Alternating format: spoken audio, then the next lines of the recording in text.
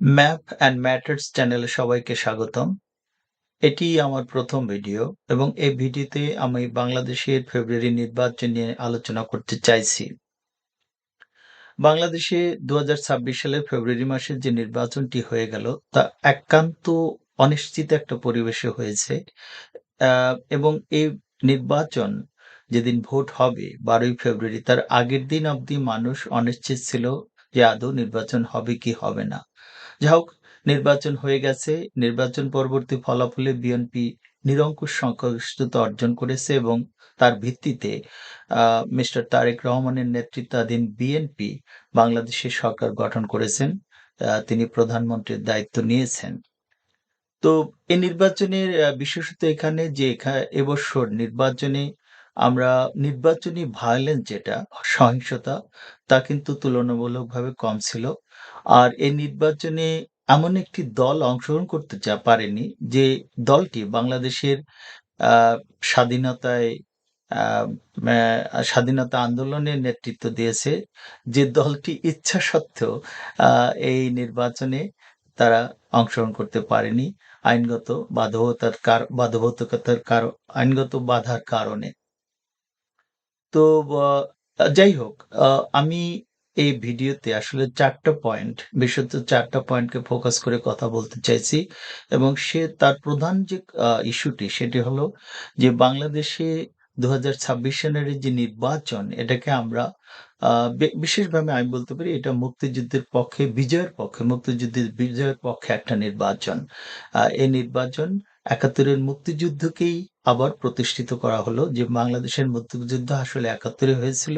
২০২৪ সালের ৫ই আগস্ট যে ঘটনা ঘটেছিল তা ছিল একটা বিপ্লবের চেষ্টা, যেটা ১৯৭১ এর মুক্তিযুদ্ধকে নিগেট করার চেষ্টা হয়েছিল। বাংলাদেশের মানুষ স্বতঃস্ফূর্তভাবে সে শক্তিকে ক্ষমতা গ্রহণ করতে দেয়নি।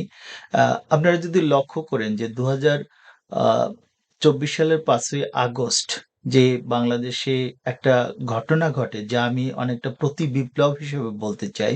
সে বিপ্লবের পর বাংলাদেশের ১৯৭১ এর মুক্তিযুদ্ধের যে চিহ্নগুলো ছিল, সমস্ত চিহ্নর বিরুদ্ধে তাদের এক ধরনের আক্রোশ ছিল। তারা অবিরতভাবে সেগুলোকে ধ্বংস করে গেছে। তারপর তাদের আরো বিভিন্ন রকমের কাণ্ড ছিল, যে কাণ্ডগুলো কোনমতেই বাংলাদেশের স্বাধীনতার মুক্তিযুদ্ধের চেতনাকে বহন করে না। যা হোক, নির্বাচন হলো এবং বিএনপি এ নির্বাচনে নিরঙ্কুশ সংখ্যাগরিষ্ঠতা পেয়েছে এবং তারা ক্ষমতা গ্রহণ করেছে। এখন বিএনপির নির্বাচনের মাধ্যমে আরেকটি জিনিস যেটা established হয়েছে, সেটা হলো ৭১ এর মুক্তিযুদ্ধ। অনেকে হয়তো প্রশ্ন করবেন কেন? আমি বলব বিএনপির যে রাজনৈতিক দল হিসেবে যে পরিচয়, সে পরিচয়ের ভিত্তি কিন্তু ৭১।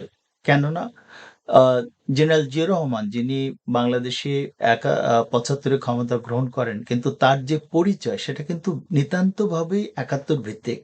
তিনি ৭১ এ আ এক একটা সেক্টরের কমান্ডার ছিলেন এবং দ্বিতীয়ত বিএনপির দাবি অনুসারে তিনি বাংলাদেশের স্বাধীনতার ঘোষণা করেন বা তিনি বাংলাদেশের স্বাধীনতার ঘোষক। সুতরাং এই যে ২ টা দাবি এবং এটা যে ২ টো জিনিস, যা জেনারেল জিয়ার যা সমস্ত কর্মকাণ্ডের সাথে, তার পরিচিতির সাথে সম্পর্কিত এবং বাংলাদেশে উনার ক্ষমতা নেওয়ার জন্য এটাই ছিল ভিত্তি। তাহলে ৭১ কে বাদ দিলে বিএনপির কিন্তু বলা যায় যে অস্তিত্বের সংকটে পড়ে যায়। তাদের যে আইডেন্টিটি এস্টাবলিশড করা হয়, সেটা কিন্তু ৭১ ভিত্তিক আমার হিসাবে। সো বিএনপির জয়, আমি এবারের নির্বাচনের যে ক্ষেত্র হয়েছে, যেভাবে নির্বাচন হয়েছে, তাতে আমি দাবি করব যে আসলে এই জয় মুক্তিযুদ্ধের পক্ষের জয়, ৭১ এর মুক্তিযুদ্ধের জয়। যে বিপ্লব হতে চাইছিল, যা আমাদেরকে আবার ৪৭ এ ফিরিয়ে নিয়ে ১৯৪৭ এ ফিরিয়ে নিতে চাইছিল, সেটি কিন্তু পরাজিত হয়েছে। দ্বিতীয় যে বিশেষ ইস্যুটি, যেটা আলোচনায় খুব ব্যাপকভাবে আসেনি কিন্তু আসা উচিত ছিল, তা হলো বাংলাদেশের হিন্দুদের ভোটের ব্যাপক রকমের আ ভোট ব্যাংক পরিচিতির বিপরীতে ভোট দেয়া। সেটা কি? যে বাংলাদেশে জনসংখ্যার হিসাবে বাংলাদেশে এখনো প্রায় ৯% বা ১০% হিন্দু রয়েছে এবং সেই অনুসারে তাদের যদি ভোট হয়, তাহলে তারা ৯ থেকে ১০% তাদের ভোটার রয়েছে। কিন্তু এবারের নির্বাচনে অ্যা এই যে হিন্দু ভোটার তারা ভীষণভাবে বিএনপির পক্ষে ভোট দিয়েছে এবং তাদের যে ভোটের যে আ আ ইমপ্যাক্টটা যদি আমরা আ এনালিসিস করি তাহলে বলতে পারবো যে সরকারি পক্ষ থেকে বলা হয়েছে বা নির্বাচন কমিশন থেকে বলা হয়েছে যে 60% মানুষ ভোট দিয়েছে। কিন্তু আমি ভোটের আগে এবং ভোটের পরে বাংলাদেশের হিন্দুদের সাথে, হিন্দু বন্ধু-বান্ধবদের সাথে যাদের সাথেই কথা বলেছি, তারা আমাকে বলেছে যে এবার হয় তারা ভোট দিতে যাবে না, না হয় ভোট দিলে তারা বিএনপিকে ভোট দেবে। সো এই যে বিএনপিকে ভোট দেবে সেটার কিন্তু রিফ্লেকশন আমি আবার ভোট পরবর্তী সময়ে যাদের সাথে কথা বলেছি তারা বলেছেন যে তারা সবাই বিএনপিকে ভোট দিয়েছেন। তো এই যে জোটবদ্ধ ভোটটা যা বাংলাদেশের 10% টোটাল পপুলেশনের 10% তাদের যদি 10% মানুষ ভোট কেন্দ্রে যায় এবং জোটবদ্ধভাবে যায় তাহলে বুঝতে হবে যে তাদের ইমপ্যাক্টটা যখন 60% ভোট কাস্ট হয় তাহলে বুঝতে হবে 10% এর ভোটের ইমপ্যাক্টটা অনেক বেশি এবং অনেক বিএনপি ক্যান্ডিডেট এটা স্বীকার করেছেন যে হিন্দুদের ভোটের কারণে তারা জয়লাভ করতে পেরেছেন।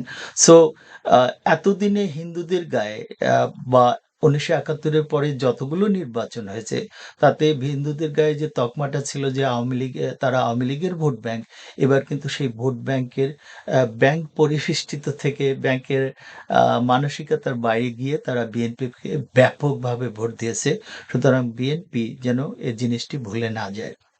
তৃতীয় যে বিষয়টি তা হলো পাকিস্তান। পাকিস্তানের সাথে সম্পর্ক কি হবে? ১৯৭১ সালে আমাদের যুদ্ধ ছিল পাকিস্তানের বিরুদ্ধে। আমাদের যে আইডেন্টিটি বাংলাদেশে এস্টাবলিশড হয়েছে যা কিন্তু পাকিস্তান সে আইডেন্টিটির ধারক নয়, বাহক নয়।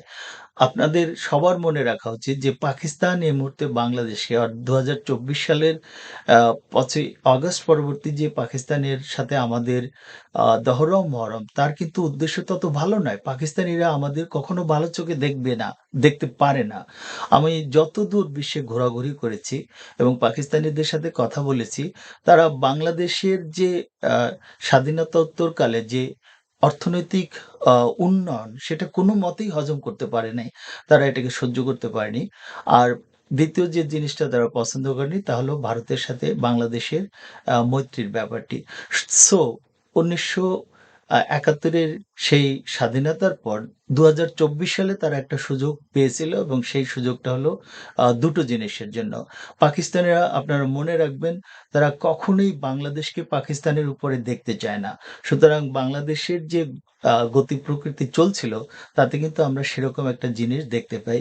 আর ২য় তাদের যে উদ্দেশ্য বাংলাদেশ ভিত্তিক তা হলো বাংলাদেশ ফ্রন্টে, ইস্টার্ন ফ্রন্টে তাদের ভারতের বিরুদ্ধে একটা হোল্ড দরকার এবং বাংলাদেশ সেই ফুটহোল্ড হিসাবে বাংলাদেশকে তারা সেই ফুটহোল্ড হিসেবে ইউজ করতে চাইছিল।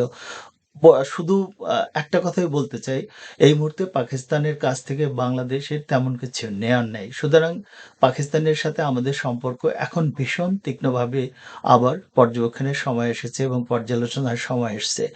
আমরা আ এই সম্পর্কে বেশি লাভবান হব, এটাকে যদি কেউ চিন্তা করেন, ভুল করবেন। তো শেষের যে পয়েন্টটি সেটা হলো আ ছাত্ররা, বাংলাদেশের ছাত্রদের ১৯ আমরা যে সময়ে বড় হয়েছি, দেখেছি, আমাদের যে পড়াশোনার ভিত্তি ছিল, ২০২৪ সালের পর ২০২৪ এর স্পেসিফিক্যালি ৫ই আগস্টের পর আমরা ভীষণভাবে মর্মাহত হয়েছি বাইরে থেকে যে আ বাংলাদেশের স্কুলের ছেলেমেয়েরা, কলেজের ছেলেমেয়েরা, বিশ্ববিদ্যালয়ের ছেলেমেয়েরা তারা পড়াশোনার বাইরে চলে আসছে, ইনস্টিটিউশনের বাইরে চলে আসছে। এই যে একটা ধারা সৃষ্টি হয়েছে, আমি এখন অব্দি দেখতে পাচ্ছি যে তারা এই ধারা থেকে বাইরে আসতে পারছে না। তারা স্কুলমুখী হচ্ছে না, কলেজমুখী হচ্ছে না, বিশ্ববিদ্যালয়মুখী হচ্ছে না। তাদের পড়াশোনায় নিতান্তভাবে ভাটা পড়েছে। সবথেকে দুঃখের ব্যাপার যে জিনিসটা, সেটা হলো আ ২০২৪ সালের পরবর্তীতে ৫ই আগস্টের পরবর্তীতে যিনি বাংলাদেশের ক্ষমতায় আরোহণ করেন, তিনি একজন নোবেল laureate কিন্তু আমি তার মুখ থেকে কখনো একবারও শুনতে পাইনি যে, "ছাত্ররা তোমাদের সময় শেষ হয়েছে। তোমাদের যা করবার আ আ চেয়েছিলে তা হয়ে গেছে। সুতরাং তোমরা এখন সবাই স্কুলে, কলেজে বা বিশ্ববিদ্যালয়ে ফিরে যাও। তোমরা প প পড়াশোনায় মনোনিবেশ করো।" তার মুখ থেকে এরকম একটা জাতির প্রত্যাশা ছিল এরকম একটা কথা নিয়ে তিনি বলবেন। তিনি কখনোই তা বলেন নাই। সো বাংলাদেশের ব্যাপারে এখন আ সরকারের তরফ থেকে হিন্দুদের দিকে নজরের ব্যাপারটা, তারপর পাকিস্তানের দিকে তাদের সম্পর্কের ব্যাপারটা এবং সর্বোপরি বাংলাদেশের যে আ শিক্ষা প্রতিষ্ঠানগুলো আছে তার ভিতর এক ধরনের নিয়মতান্ত্রিকতা এবং পড়াশোনার পরিবেশ ফিরিয়ে আনা এবং ছাত্রদের সেখানে আ পড়াশোনায় আগ্রহী করে তোলার ১ম দায়িত্ব, প্রধান দায়িত্ব নিতে হবে। এটা কিন্তু সময়ের ব্যাপার। এগুলোকে ভুলে গেলে চলবে না। বাংলাদেশ নিয়ে আরো অনেক কথা বলার সময় আছে, ইচ্ছা আছে এবং এগুলো আমি বলব। তবে আজকে এখানেই শেষ করছি। সবাইকে ধন্যবাদ।